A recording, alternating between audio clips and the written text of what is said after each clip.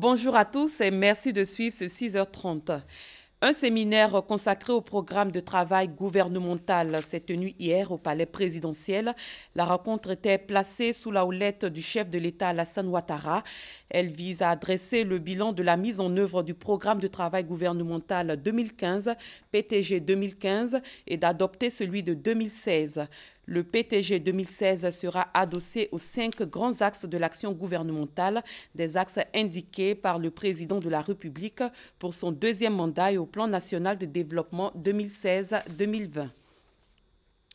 Le ministre burkinabé des Affaires étrangères a échangé hier avec le président Alassane Ouattara. Entre autres sujets abordés, les relations entre la Côte d'Ivoire et le Burkina Faso.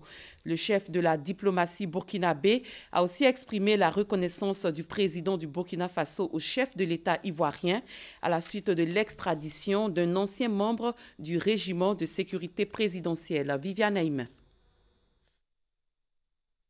Plus de nuages dans les relations entre le Burkina Faso et la Côte d'Ivoire.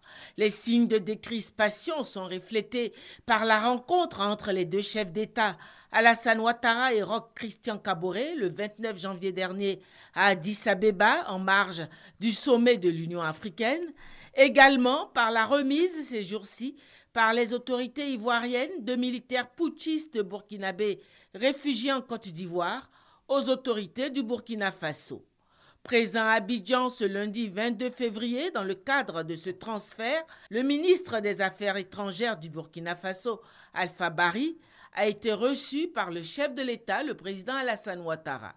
Il y a 2 jours, la Côte d'Ivoire a bien voulu extrader l'un des ex-soldats du RSP, le régiment de sécurité présidentielle, notamment le sergent-chef Rambo qui a été appréhendé ici. La Côte d'Ivoire l'a extradé et le tout s'est passé avec beaucoup de célérité et nous sommes venus témoigner la reconnaissance du président Roch et du peuple burkinabé à l'endroit de son frère, le président Alassane Ouattara. Et ça a été l'occasion pour le président Ouattara de dire toute la disposition de la Côte d'Ivoire pour des relations fortes entre le Burkina et la Côte d'Ivoire. Et ce sont des relations anciennes, ce sont des relations qu'on peut dire, vous savez, la proximité des deux pays sur le plan géographique. Et c'est un intérêt pour nous tous d'avoir des relations, j'allais dire, sécurisées. Et la sécurité sous-régionale est assez importante, étant donné que nous avons d'autres menaces qui sont des menaces pour lesquelles nous n'avons pas vraiment une maîtrise. Je veux parler des menaces djihadistes. Et il est important déjà qu'on s'entende entre nous et pour faire face à tous ces défis-là. Et le président Ouattara a réaffirmé que la Côte d'Ivoire était disposée à aider le Burkina sur toutes ces questions. Et j'avais transmis également un message du président Roch de la même teneur pour dire que le Burkina était aussi disposé à ce que la sécurité entre les deux pays, tout se passe bien, notamment au niveau des frontières. Et je pense que nous avons fait une bonne mission, nous avons eu une bonne écoute. Un acte de bonne intention de la part de la Côte d'Ivoire et qui scelle le rétablissement du climat de confiance entre les autorités des deux pays. Les parlements de 20 pays ont été invités à promouvoir la mise en œuvre de la résolution 1540 du Conseil de sécurité de l'ONU. C'était au cours d'un atelier régional ouvert hier ici à Abidjan. L'objectif de cette rencontre est d'empêcher les groupes terroristes d'avoir accès aux armes de destruction massive. L'unité de formation et de recherche des sciences médicales de l'université Alassane Ouattara de Bouaké a établi hier son bilan pour l'année académique 2014-2015. Enseignants et étudiants dressent un tableau positif. Cette faculté envisage cette année la formalisation du système LMD. On en parle avec Soro Corona et Kader Sogodougou. Plus de 93% de réussite pour les étudiants aux examens académiques et 100% pour les enseignants au concours du CAMES, Conseil africain et malgache pour l'enseignement supérieur. Tel est le bilan de la faculté de médecine de l'université Alassane Ouattara au titre de l'année académique 2014-2015. Cette annonce a été faite au cours de la rentrée solennelle de l'unité de formation et de recherche des sciences médicales. Professeur Méliane Daz Sanogo, la directrice de cette faculté, bien que satisfaite de ses résultats, se veut plus entreprenante pour cette nouvelle année académique. L'urgence, c'est vraiment la mise en place du LMD en sciences de la santé, donc à notre UFR, qui va permettre donc d'améliorer l'enseignement. Et c'est vrai, il va falloir qu'on utilise toutes les nouvelles technologies pour améliorer l'enseignement, comme on dit, enseigner autrement, évaluer autrement. Les autorités universitaires et sanitaires de Bouaké se félicitent des résultats de cette UFR. Le président de l'université Alassane Ouattara, professeur Lazare Pouamé, tout en saluant cette performance, a exhorté cette faculté à maintenir le cap.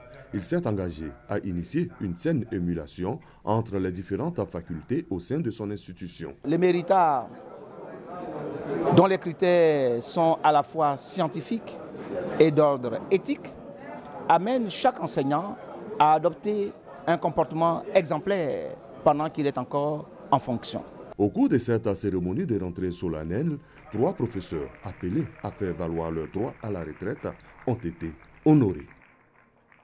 Pakinou Bélier 2016 a été officiellement lancé par le ministre d'État Aoussou Kouadio Jano. Ce fête marque le début de la fête de Pâques dans la région du Bélier. Et cette année, c'est la ville de Yamoussoukro qui va abriter les festivités. Kader Sogodougou. La Pâque, fête chrétienne qui marque la résurrection de Jésus-Christ, est un moment de retrouvailles pour le peuple baoulé originaire du Grand Centre de la Côte d'Ivoire.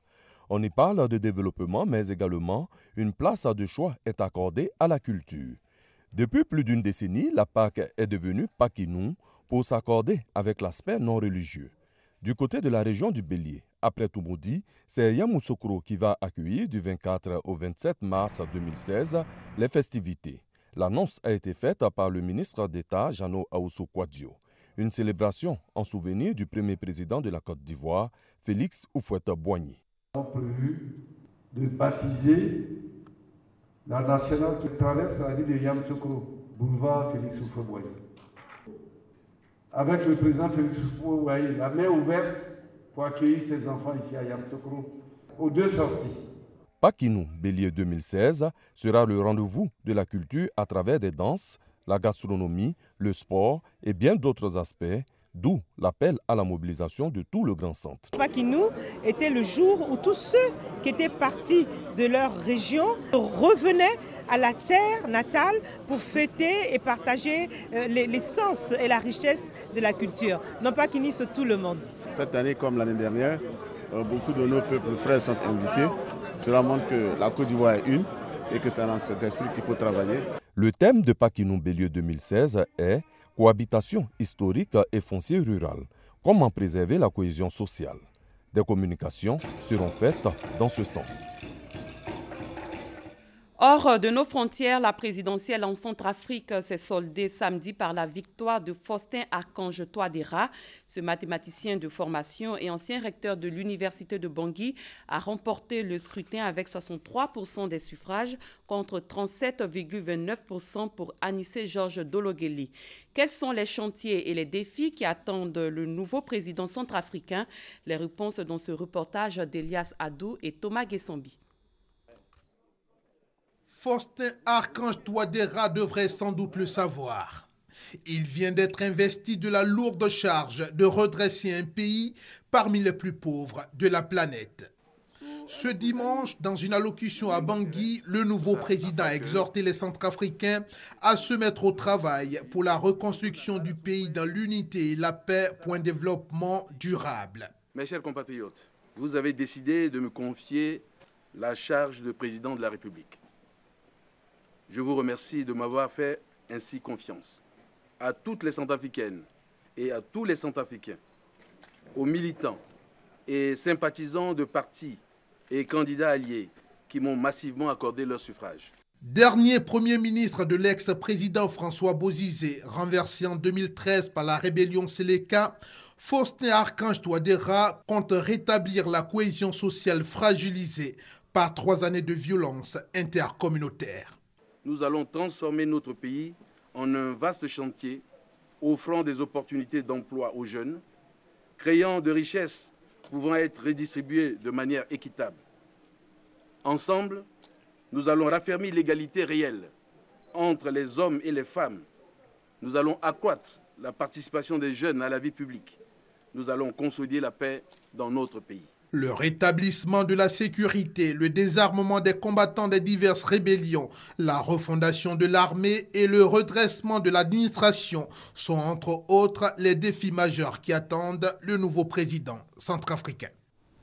Le secrétaire général de l'ONU, Ban Ki-moon, est arrivé hier en fin de journée à Bujumbura, au Burundi. Un déplacement sur fond de crise politique qui s'enlise autour du 3e mandat du président Pierre Nkurunziza. Le chef de l'État refuse le dialogue avec l'opposition en exil. Il refuse aussi une force d'interposition de l'Union africaine. Lundi matin, une attaque à la grenade a eu lieu dans la capitale burundaise. En Inde, le succès croissant du commerce en ligne dans les villages pourrait redonner un nouveau souffle à la plus grande poste du monde. Je vous propose de suivre ce reportage. La cyber-révolution est en marche dans les campagnes indiennes. Il n'y a pas si longtemps, ces fonctionnaires d'un village du Rajasthan devaient aller se fournir dans les grandes villes. Grâce au e-commerce, les produits désirés sont désormais à portée de clic. Cette fois, on a commandé un pistolet à peinture électrique. On a déjà acheté 2-3 produits en ligne par le passé. C'est de la bonne qualité, c'est varié, moins cher, et le colis est livré à domicile. En l'absence de distributeurs fiables dans les campagnes, la poste indienne, plus grande poste du monde, a joué un rôle clé dans la popularité grandissante des plateformes d'achat en ligne. Elle s'est alliée à des centaines d'entre elles, dont Amazon et le géant indien Flipkart, dans l'espoir de combler son déficit annuel de plus de 700 millions d'euros. Elle livre tout, du fumier au téléphone portable, à travers ses 140 000 bureaux de postes ruraux.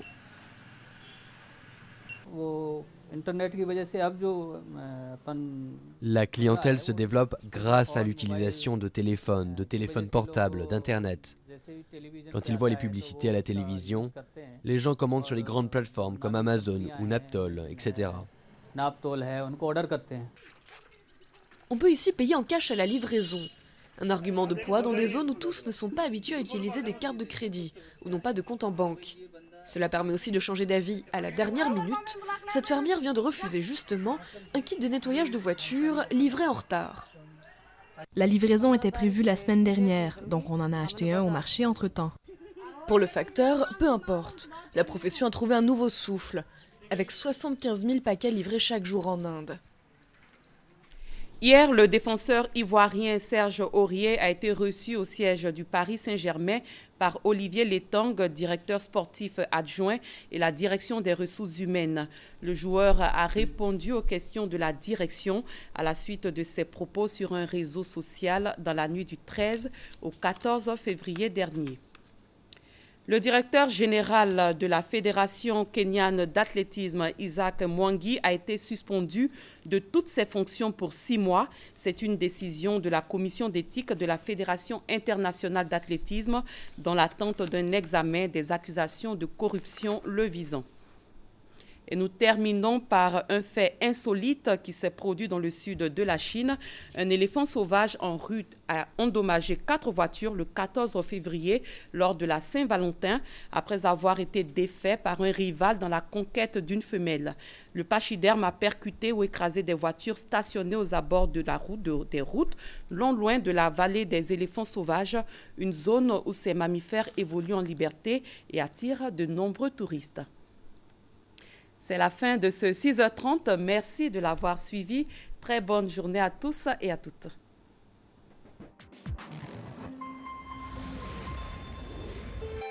RTI 1, la chaîne qui rassemble.